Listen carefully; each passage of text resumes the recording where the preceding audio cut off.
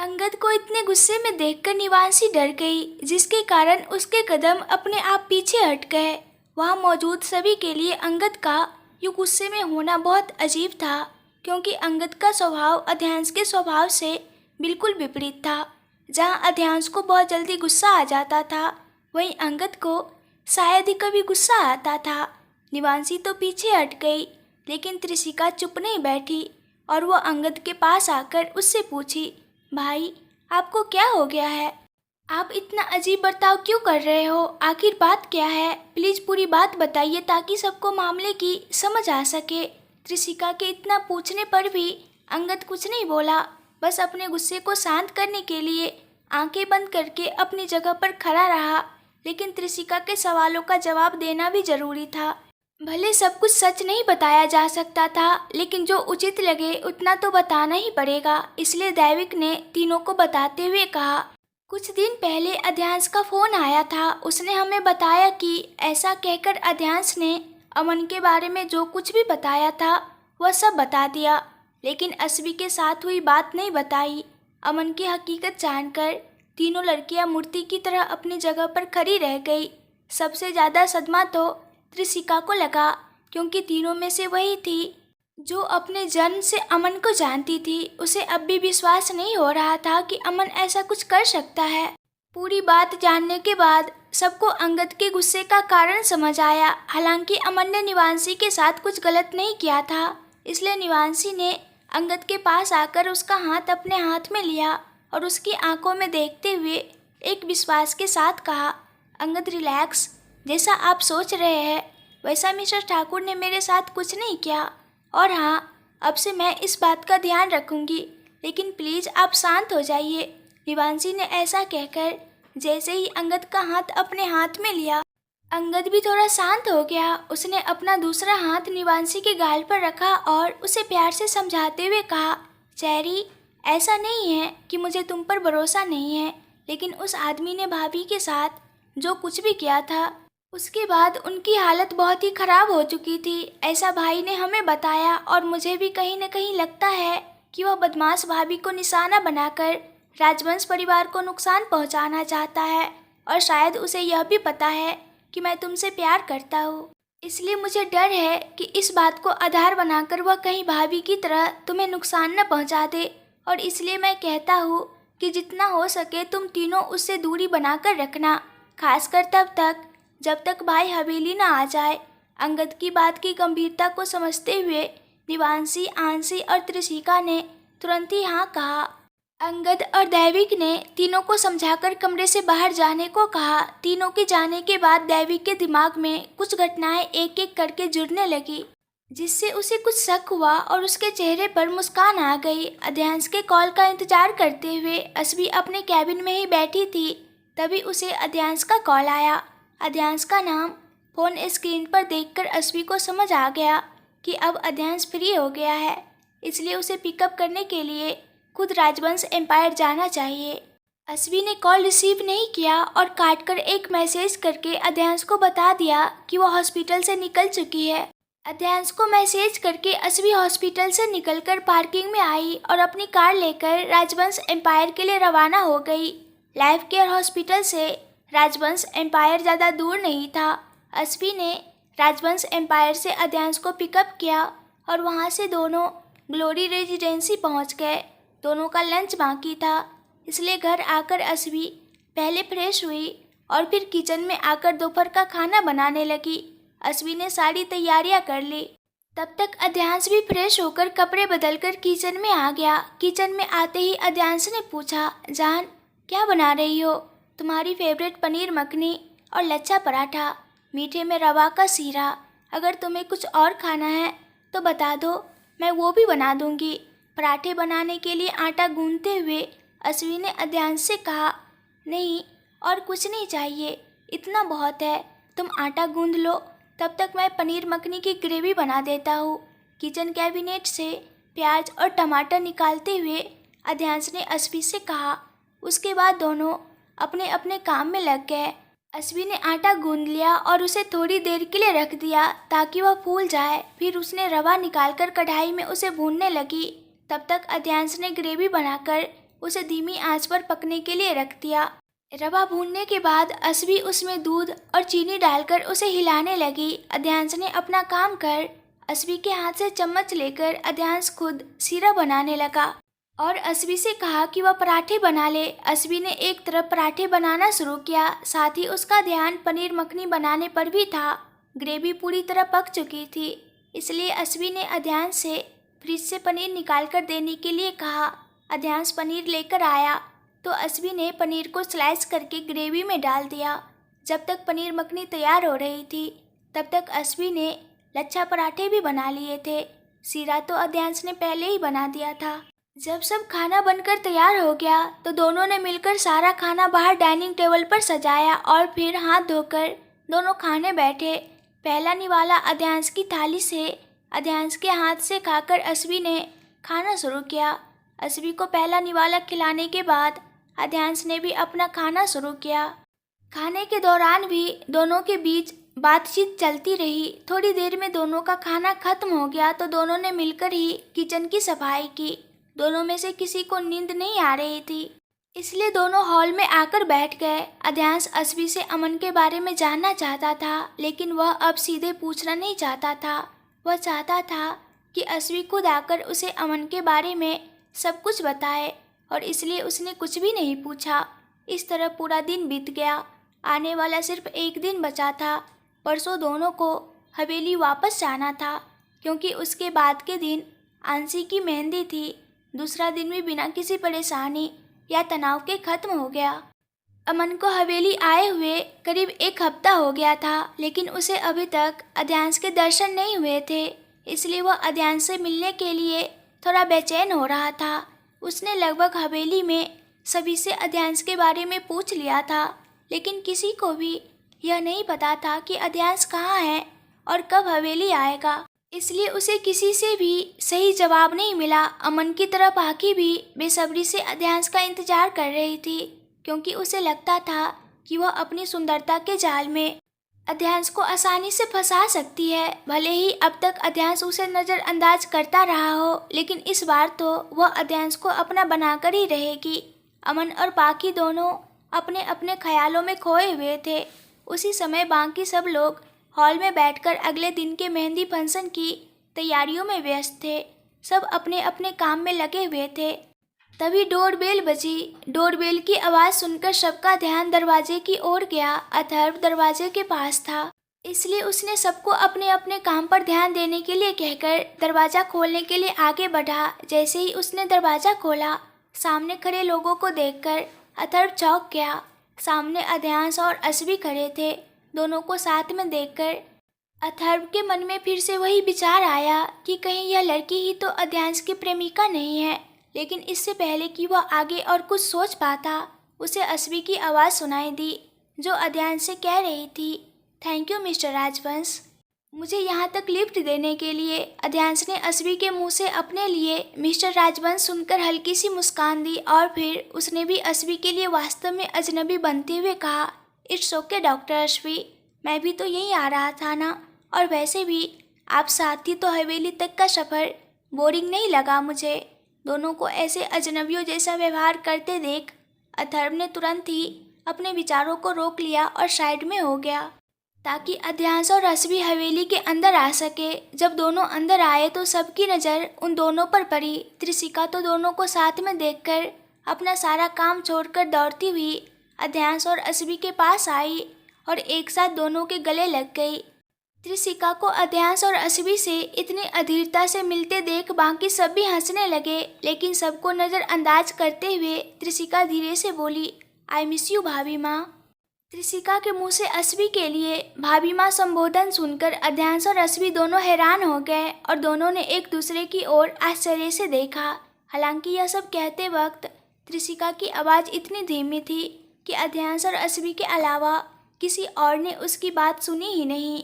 अध्यांश और अस्वी के मन में एक ही सवाल चलने लगा कि त्रिशिका को कैसे पता चला। भाई मुझे कैसे पता चला, इसके बारे में ज़्यादा मत सोचिए, क्योंकि मुझे बस पता है कि अस्वी भाभी ही मेरी भाभी है। त्रिशिका ने तुरंत ही दोनों के विचारों पर रोक लगाते हुए कहा। इस बार भी उसकी आवाज़ एकदम धीमी ही थी। अध्यांश ने अस्वी को आंखों के इशारे से ही चुप रहने के लिए कहकर त्रिशिका से कहा, ओके, अगर तुम्हें पता है तो इस बात को अभी अपने तक ही सीमित रखना, किसी और को फिलहाल कुछ मत बताना। एक बार दैविक की शादी हो जाए उसके बाद मैं खुद मेरे और तुम्हारी भाभी के रिश्ते की घोषणा के लिए एक प्रेस कॉन्फ्रेंस आयोजित करने वाला हूँ। अगर आप लोगों का मिलन समाप्त हो गया हो तो जरा काम पर भी ध्यान दो। कल से सभी फंक्शन शुरू होने वाले हैं और अभी बहुत सारा काम बाकी है। त्रिशिका अध्यांश की बात का कोई जवाब दे या कुछ कहे उससे पहले ही दैविक ने तीनों की तरफ देखकर उन्हें टोका। दैविक की आवाज़ सुनकर त्रिशिका अस्वी और अध्यांश से दूर हो गई और अपने काम में लग गई। आंसी और दैविक ने अस्वी और अध्यांश को फ्रेश होने के लिए अपने कमरे में जाने के लिए कहा। अपने बेडरूम में जाते वक्त अध्यांश ने अस्वी की तरफ देखा जो पहले से ही उसे देख रही थी। अध्यांश ने उसे अपनी ओर देखते हुए हाथ से इशारा करके ऊपर दूसरे फ्लोर पर अपने बेडरूम में आने के लिए कहा, लेकिन अस्वी ने तुरंत ही नामे सिर हिलाते हुए मना कर दिया और ग्राउंड फ्लोर पर अपने कमरे में चली गई।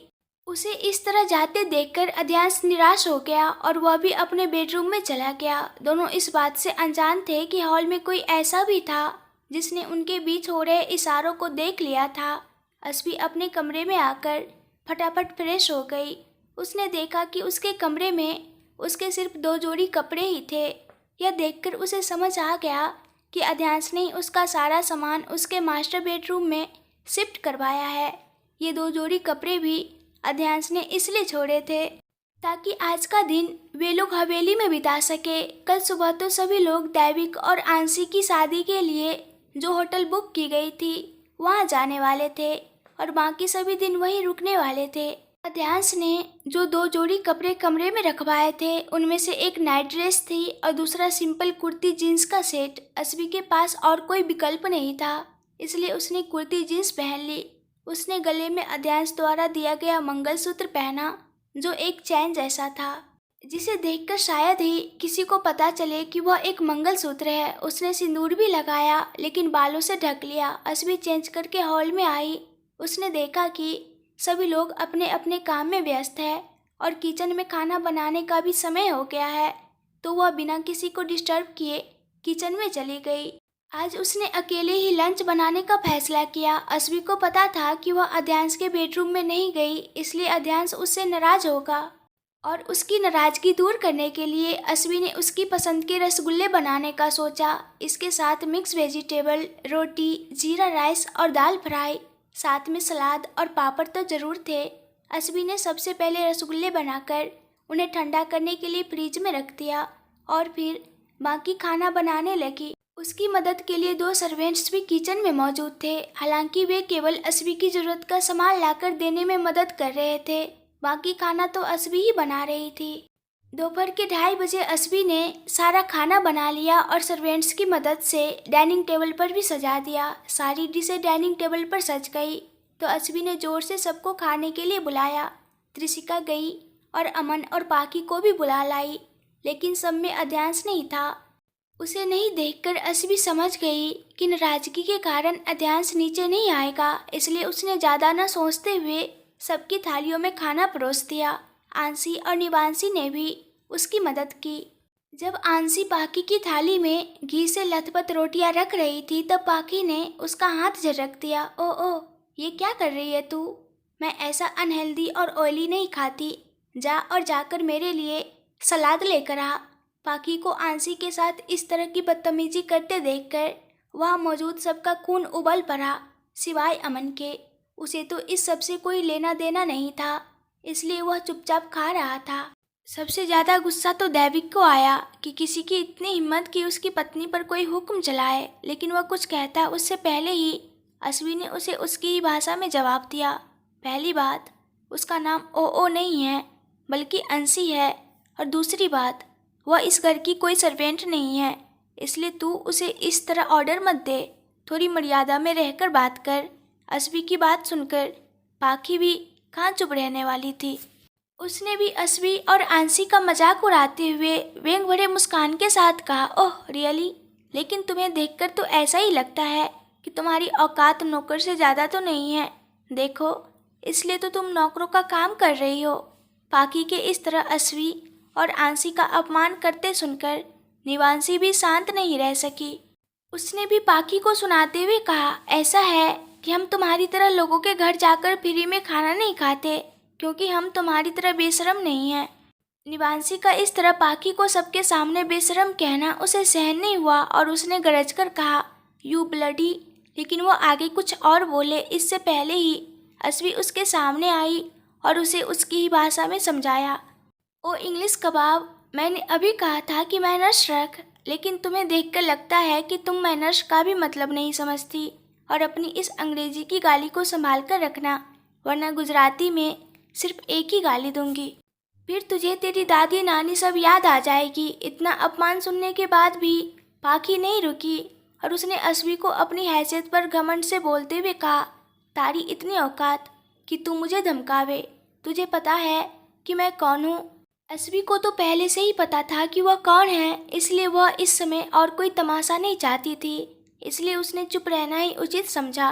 लेकिन पाकी को इस तरह अस्वी के साथ बात करते सुनकर अध्यान से नहीं रहा गया, जो अभी नीचे आया था। उसने दांत भींचते हुए पाकी को गुस्से में अस्वी की ओर से जवाब दिया, तुम्हारी हैसियत इतनी भी नहीं है कि तुम उसके सामने खड़ी हो, मिस पाकी सिंह। अध्यांश की आवाज़ सुनकर सब अपनी अपनी जगह से खड़े हो गए। पाकी की भी बोलती बंद हो गई। सबकी नज़र उस वक्त अध्यांश पर ही टिकी हुई थी। अध्यांश ठाठ से चलता हुआ डाइनिंग टेबल के पास आया और अस्वी को साइड करके पाकी के सामने खड़ा हो गया। हाँ तो मिस पाकी सिंह, आप क्या कह रही थी? पाकी से नजरें मिलाकर अध्यांश ने सख्त आवाज में पूछा। अध्यांश और अस्वी के रिश्ते से अनजान पाकी अध्यांश के सामने खुद को निर्दोष साबित करने के लिए और उससे अच्छे से पेश आने के लिए अपने लहजे में नरमी लाते हुए बोली, देखो ना एएसआर, ये लड़की मुझसे बदतमीजी कर रही है, ऊपर से मुझे मैनर्स सिखा रही है। तुम्हारे ही घर में तुम्हारी दोस्त का अपमान एक बाहर से आई लड़की कर रही है, तुम उसे कुछ नहीं कहोगे? आखिर इसकी औकात क्या है मेरे सामने? पाकी को यूं निर्दोष बनकर बात करते हुए सुनकर अध्यांश व्यंग्यात्मक तरीके से बोला, ओह सच में मिस पाकी सिंह, वाकई ऐसा ही हुआ था, या फिर बदतमीजी तुमने ही उससे की थी?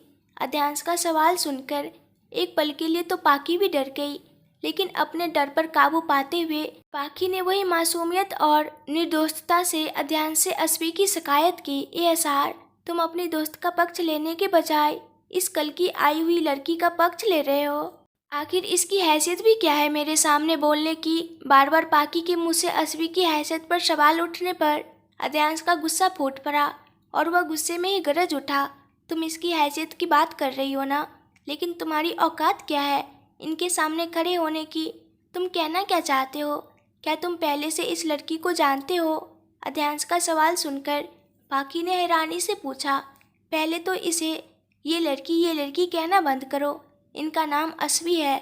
और दूसरी बात, तुम्हारे पास तुम्हारा फ़ोन है ना, उसमें गूगल खोलो और डॉक्टर अस्वी रैना सर्च करो, खुद ब खुद तुम्हें इनकी हैसियत समझ में आ जाएगी। अध्यांश ने सख्त लहजे में कहा। पाकी के अलावा सबको अस्वी के बारे में पता था, लेकिन किसी को ये नहीं पता था कि अस्वी इंडिया की top most youngest cancer surgeon है। इसलिए पाकी के साथ साथ सब ने अपने मोबाइल में अस्वी के बारे में सर्च किया। जो रिजल्ट मिला उसे देखकर सबकी आंखें हैरानी से बड़ी हो गई। गूगल में अस्वी की तस्वीर के साथ लिखा था, अपने दम पर बहुत छोटी उम्र में ही अपनी अलग पहचान बनाने वाली इंडिया की top most youngest cancer surgeon doctor Asvi Raina. इनके हाथों से हुए ऑपरेशन की सफलता दर 99% के करीब है। जब पाकी की नज़र उसके मोबाइल से हटकर थोड़ा ऊपर उठी तो अध्यांश ने घमंड से उससे पूछा, बोलो अब क्या कहोगी? तुम्हारी अपनी कोई पहचान है क्या? अरे तुमने कभी कॉलेज का दरवाज़ा भी देखा है क्या? हाँ तो क्या हुआ कि ये लड़की एक डॉक्टर है तो एक मिडिल क्लास घर की ही ना। अस्वी की असली पहचान जानने के बाद भी पाकी खुद को नीचा नहीं पड़ने देना चाहती थी। पाकी को अब भी घमंड में अकड़ कर बात करते देख अध्यांश ने उसे थोड़ी ऊंची आवाज़ में कहा, अस्वी, इनका नाम अस्वी है और तुम्हारी इतनी हैसियत नहीं कि तुम इनका अपमान कर सको और फिर हुक्म का इक्का फेंकते हुए पूरी बाजी पलटती। क्योंकि मुझे पता है कि तुम्हारे बोर्ड एग्जाम का रिजल्ट भी तुम्हारे पिताजी की मेहरबानी से आया था, उसमें भी तुमने कोई मेहनत नहीं की थी। और अगर तुम अब भी चाहती हो कि मैं तुम्हारी सारी पोल यहाँ सबके सामने खोल दूँ, तो मुझे इसमें कोई दिक्कत नहीं है। मुझे तुम्हारे सारे कारनामों के बारे में अच्छी तरह से जानकारी है, लेकिन अगर तुम ऐसा नहीं चाहती हो तो डॉक्टर असबी से माफ़ी मांगो, वो भी हाथ जोड़कर, और साथ ही आंसी से भी। अध्यांश को यूँ सबके सामने खुद की पोल खोलते देख पाकी ने हार मान ली और उसने असबी और आंसी से माफ़ी मांगी और फिर पैर पटकते हुए वहाँ से चली गई। असबी ने सबको खाने पर ध्यान देने को कहा और सबको खाने के लिए बैठा दिया। उसने अध्यांश से भी खाने के लिए आग्रह किया, लेकिन असबी के लिए उसकी नाराज़गी अभी भी वैसी ही थी। लेकिन उसने असबी को नज़रअंदाज किया और वापस अपने बेडरूम में चला गया। असबी बस मजबूरी से उसे जाते हुए देखती रही। उसकी आंखों में जो निराशा थी वो त्रिशिका से भी छुपी नहीं रही। सबकी थाली में असबी, आंसी और निवांशी ने फिर से परोसना शुरू किया और फिर निवांशी और आंसी सबके साथ खाने बैठ गई, लेकिन असबी नहीं बैठी। सबने उसे खाने के लिए कहा भी, लेकिन असबी ने अभी मुझे भूख नहीं है कहकर खाने से मना कर दिया और वहाँ ज़्यादा समय न रहते हुए अपने कमरे में चली गई। वहाँ मौजूद 2-3 लोगों को समझ में आ गया कि उसने खाने से मना क्यों किया, लेकिन किसी ने कुछ नहीं कहा। असबी अपने कमरे में आकर इंतजार करने लगी कब सबका खाना खत्म हो और सब अपने अपने कमरे में जैसे ही चले जाए। उसके बाद असबी अध्यांश के लिए खाना लेकर उसके कमरे में जाने का सोच रही थी, ताकि अध्यांश की नाराज़गी दूर करके उसे खाना खिलाया जा सके। इसी तरह इंतजार करते करते करीब 1 घंटा बीत गया। जब असबी को लगा कि हॉल में या डाइनिंग टेबल के पास कोई नहीं होगा, तब वह कमरे से बाहर निकलकर रसोई में आई। कमरे से रसोई तक पहुंचते हुए असबी को यह डर तो था ही कि कोई उसे देख न ले। किस्मत से किसी ने उसे नहीं देखा। असबी ने रसोई में आकर एक प्लेट ली और उसमें अपने और अध्यांश के लिए खाना निकाला। एक कटोरी लेकर उसमें अध्यांश के लिए रसगुल्ले लिए और कटोरी को ढक दिया। असबी को लगा कि उसे कोई नहीं देख रहा, इसलिए वह जल्दी से लिफ्ट में अंदर चली गई, लेकिन त्रिशिका और एक जोड़ी आंखें उसे वहीं से देख रही थी। असबी लिफ्ट से होते हुए 2nd फ्लोर पर आई। उसने देखा कि दरवाज़ा बंद है, तो उसने दरवाज़ा खटखटाया, लेकिन दरवाज़ा सच में अंदर से लॉक था। असबी ने 2-3 बार दरवाज़ा खटखटाया, लेकिन अंदर से अध्यांश ने दरवाज़ा खोला ही नहीं। असबी ने अध्यांश का नाम लेकर पुकारा, फिर भी उसे कोई जवाब नहीं मिला। अध्यांश से कोई जवाब न मिलने और कमरे का दरवाज़ा न खुलने पर असबी निराश होकर वापस लौट गई। रसोई में आकर उसने वही प्लेट वैसे ही रख दी और खुद अपने कमरे में चली गई। 1st फ्लोर पर खड़ी त्रिशिका यह सब देख रही थी। उसने भी असबी के चेहरे पर छाई उदासी और निराशा को नोटिस किया। त्रिशिका से असबी की यूँ उदासी देखी नहीं गई, इसलिए उसने अपने कमरे में जाकर अध्यांश को कॉल किया। इस समय त्रिशिका का कॉल देखकर अध्यांश को भी हैरानी हुई। शायद कुछ इम्पोर्टेंट होगा, ऐसा सोचकर अध्यांश ने कॉल रिसीव किया। भाई, ये क्या किया आपने? कॉल उठाते ही अध्यांश कुछ पूछता उससे पहले ही त्रिशिका ने सवाल किया, मैंने क्या किया त्रिशी? तुम किस बारे में बात कर रही हो? अध्यांश को अंदाजा ही नहीं था कि त्रिशिका किस बारे में बात कर रही है, इसलिए उसने भी उल्टा सवाल किया, भाई मैं भाभी की बात कर रही हूँ। भाभी आपके लिए खाना लेकर आई थी ना, तो फिर वो ऐसे ही वापस क्यों चली गई नीचे? त्रिशिका ने विस्तार से बात की। देखो त्रिशी, तुम्हें हमारे बीच में बोलने की जरूरत नहीं है। ये मेरे और तुम्हारी भाभी के बीच की बात है, हम खुद सुलझा लेंगे। त्रिशिका असबी की बात कर रही है। यह जानकर अध्यांश ने उसे सीधे शब्दों में कहा, ओके भाई, अब मैं कुछ नहीं बोलूँगी, रखती हूँ फ़ोन। बस आखिरी एक बात बताना चाहती हूँ कि भाभी ने भी कुछ नहीं खाया है, बाय। यह कहकर त्रिशिका ने फ़ोन रख दिया। जैसे ही उसने कॉल काटा, उसके अगले ही मिनट में उसके फ़ोन में एक मैसेज आया। त्रिशिका को पता था कि किसका मैसेज होगा और मैसेज में क्या लिखा होगा, इसलिए उसने मैसेज देखे बिना ही कमरे से बाहर निकलकर ग्राउंड फ्लोर पर जाकर सीधे किचन में गई।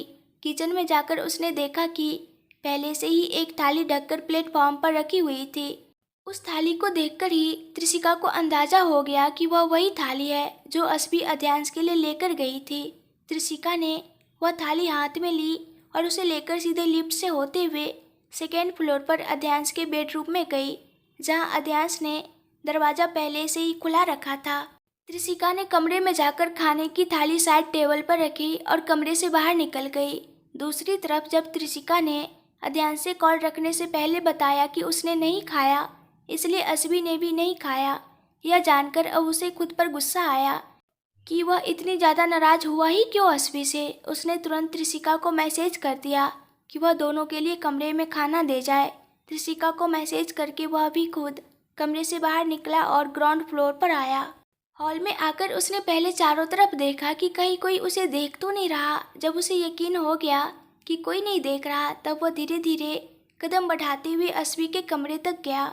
उसने देखा कि कमरे का दरवाज़ा बस हल्का सा अड़ाया हुआ है, इसलिए उसने धीरे से दरवाजे को धक्का दिया और अंदर आ गया। कमरे में आकर अध्यांश की पहली नज़र बेड पर गई, जहां अस्वी सो रही थी। अध्यांश उसके पास आया तो उसने देखा कि अस्वी के गाल पर आंसू के हल्के हल्के निशान थे। यह देखकर अध्यांश को भी समझ में आ गया कि अस्वी रोकर सो गई है। यह ख्याल आते ही अध्यांश के दिल में दर्द उठा कि उसने तो बस नाराज होने का नाटक किया था, इसमें अस्वी इतनी ज़्यादा हर्ट हो गई कि बिना खाए रोकर सो गई। अध्यांश ने आगे बढ़कर अस्वी को अपनी बाहों में हल्के से उठा लिया। अध्यांश के ऐसा करने से अस्वी, जो सो नहीं रही थी बल्कि उसने बस आंखें बंद की थी, उसने तुरंत अपनी आंखें खोल ली।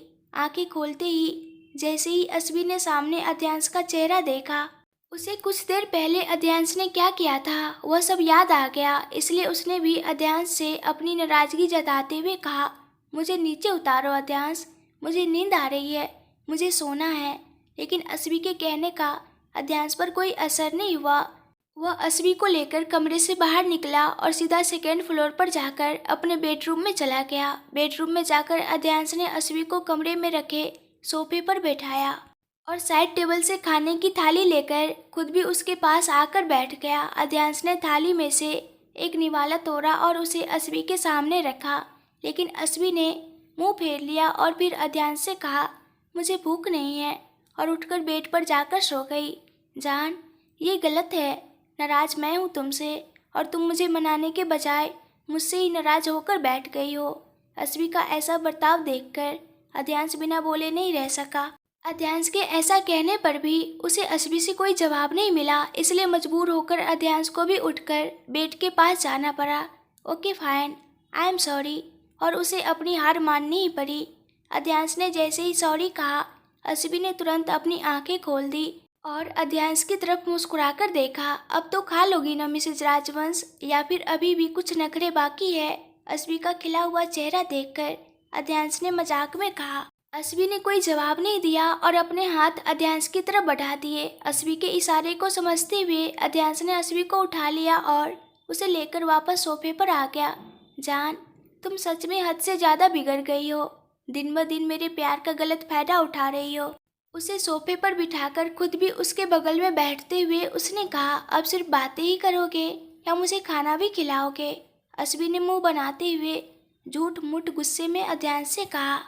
अध्यांश उसके सारे नाटक अच्छे से समझता था, इसलिए उसने ज़्यादा डिस्कस करने से बचते हुए थाली से पहला निवाला तोड़कर अस्वी की तरफ बढ़ा दिया।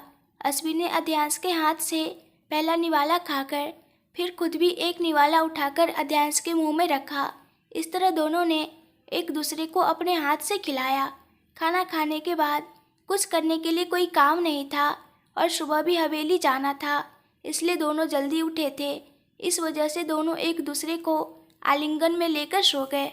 शाम को चाय कॉफ़ी का समय हुआ तो अध्यांश के फ़ोन पर त्रिशिका का कॉल आया। फ़ोन की रिंग से अध्यांश की नींद खुली। उसने देखा कि अस्वी बिल्ली की बच्चे की तरह उससे लिपट कर सो रही थी।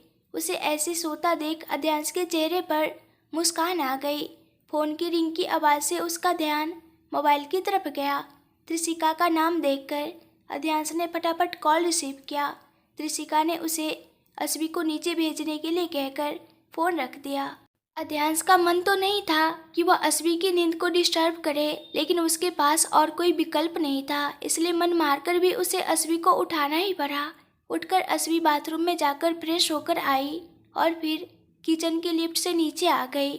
उस समय किचन में त्रिशिका के अलावा कोई मौजूद नहीं था, इसलिए अस्वी को कोई टेंशन नहीं हुआ। अस्वी के आने के बाद उसने और त्रिशिका ने मिलकर सबके लिए चाय कॉफ़ी बनाई।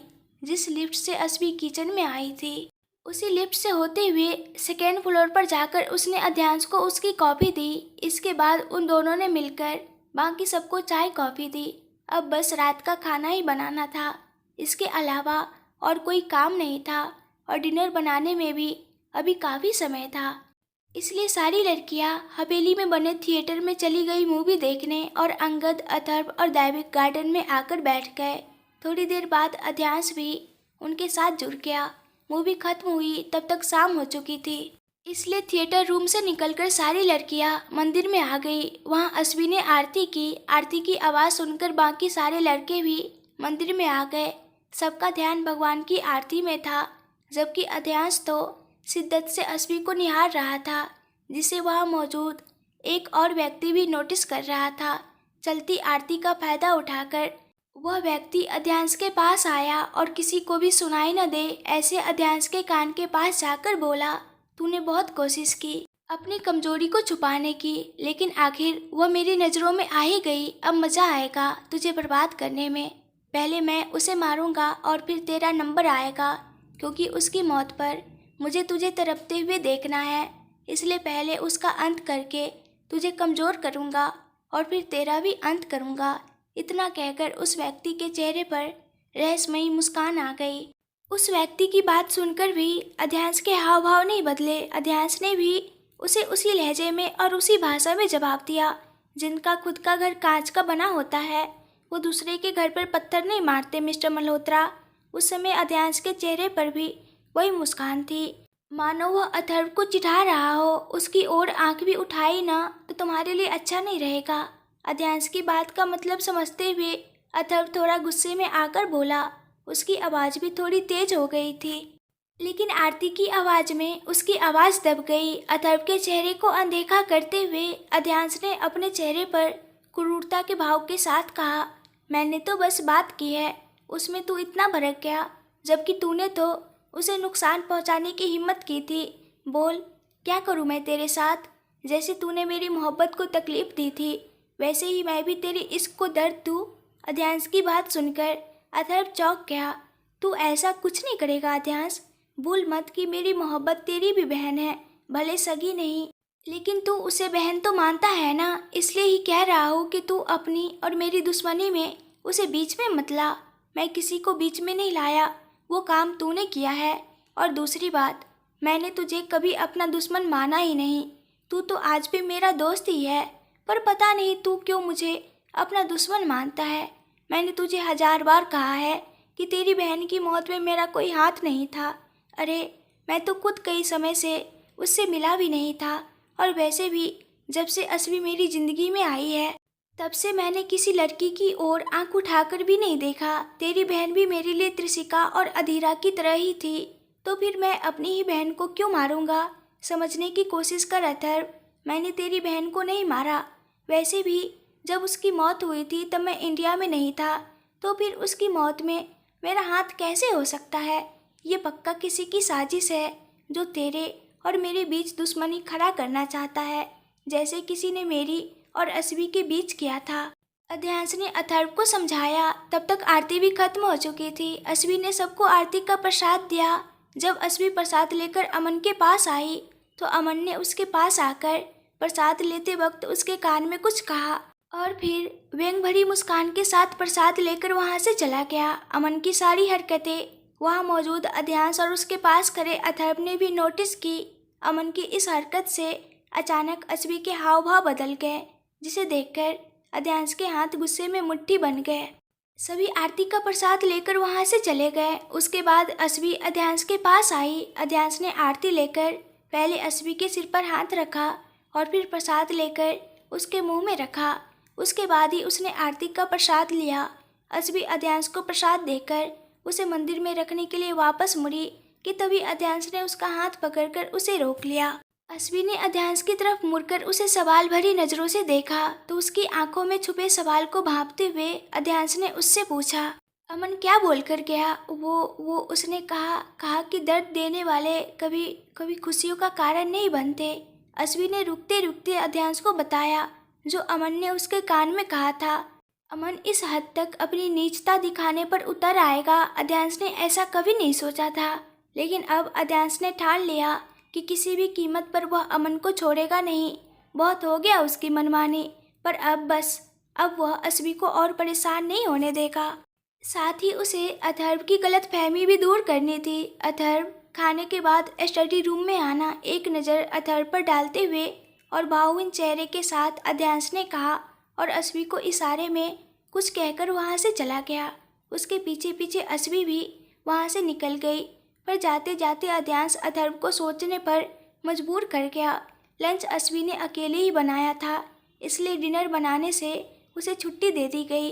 रात का खाना त्रिशिका, आंशी, अधीरा और निवांशी ने मिलकर बनाया। दोपहर की तरह इस वक्त भी अध्यांश खाने के लिए डाइनिंग टेबल पर नहीं आया। वो नहीं खाया तो अस्वी ने भी कोई बहाना बनाकर खाने से मना कर दिया। त्रिशिका और अथर्व दोनों अस्वी के मन की हालत समझते थे, इसलिए दोनों ने भी अस्वी की तरफदारी करके उस बात को वही रोक दिया। अस्वी को पता था कि अध्यांश उस वक्त स्टडी रूम में है, इसलिए उसने धीरे से त्रिशिका को कहकर अध्यांश के लिए परोसी थाली उसके हाथों स्टडी रूम में भिजवा दी और खुद भी सबकी नज़रों से बचते हुए स्टडी रूम में पहुंच गई। अस्वी को पता था कि उसके बिना अध्यांश एक निवाला भी नहीं खाता, इसलिए अस्वी फटाफट स्टडी रूम में आकर अध्यांश के सामने बैठ गई। उसे देखकर अध्यांश ने पहला निवाला उसे खिलाया और फिर खुद खाना शुरू किया।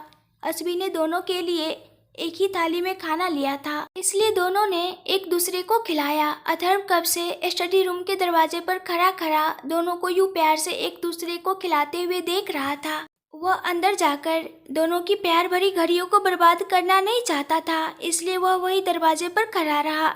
दोनों का खाना खत्म हो गया, उसके बाद ही अथर्व स्टडी रूम में आया। अथर्व को देखकर अस्वी ने थाली उठाई और खड़ी हो गई, लेकिन अध्यांश ने उसका हाथ पकड़कर उसे वापस बैठा दिया। जान, तुम्हारा यहाँ रहना ज़्यादा ज़रूरी है, इसलिए तुम्हें कहीं जाने की ज़रूरत नहीं है, अस्वी को रोकने के लिए अध्यांश ने कहा और फिर अपनी नज़र अथर्व की तरफ करते हुए उसे बैठने के लिए कहा। वह भी अस्वी के बगल में बैठ गया। अध्यांश ने ठान लिया था कि आज वह अथर्व की गलतफहमी दूर करके ही रहेगा, इसलिए उसने अपनी बात शुरू की। अथर्व, तुझे पता है मैंने अस्वी से ज़बरदस्ती और उसकी मर्जी के खिलाफ उसे मजबूर करके शादी की थी, लेकिन अध्यांश आगे कुछ कहता उससे पहले ही अस्वी ने उसके हाथ पर हाथ रखा और उसकी तरफ देखा तथा नाव में सिर हिलाया, मानो कह रही हो कि आगे वह कुछ न बताए। अध्यांश ने भी अस्वी की बात मान ली। ओके जान, जैसी तुम्हारी मर्जी, लेकिन सब नहीं तो कुछ तो बताना ही पड़ेगा। प्लीज़ इसकी इजाज़त दे दो। और उसने उससे इजाज़त मांगी। अस्वी ने उसकी बात समझते हुए हाँ कर दी। अस्वी ने हाँ की तो अध्यांश ने ज़्यादा तो नहीं बताया, लेकिन उसने खुद पिछले 5 सालों से कहाँ था और किस तरह से वह अस्वी को ढूंढ रहा था ये बताया, ताकि वह साबित कर सके कि अथर्व की बहन की मौत में उसका कोई हाथ नहीं था। अपनी बात खत्म करके अध्यांश कुछ देर रुका। अध्यांश की बात सुनकर अथर्व को पूरा तो नहीं, पर थोड़ा बहुत विश्वास हुआ। कुछ देर रुककर अध्यांश ने अस्वी की ओर मनोहार भरी नज़रों से देखा और उससे कहा, जान प्लीज़ आज बता दो कि अमन को तुम कैसे जानती हो, क्योंकि हो सकता है कि तुम्हारी बात सुनने के बाद कुछ अनकहे राज खुल जाए जिन्हें मैं सालों से ढूंढ रहा हूँ। अगर आप लोगों को इस कहानी के आगे का पार्ट्स देखना है और आप लोगों को ये कहानी अच्छी लगती है तो ढेर सारे लाइक और कमेंट्स कीजिए, मेरे चैनल को सब्सक्राइब कर दीजिए, इस वीडियो को शेयर कर दीजिए। Thank you.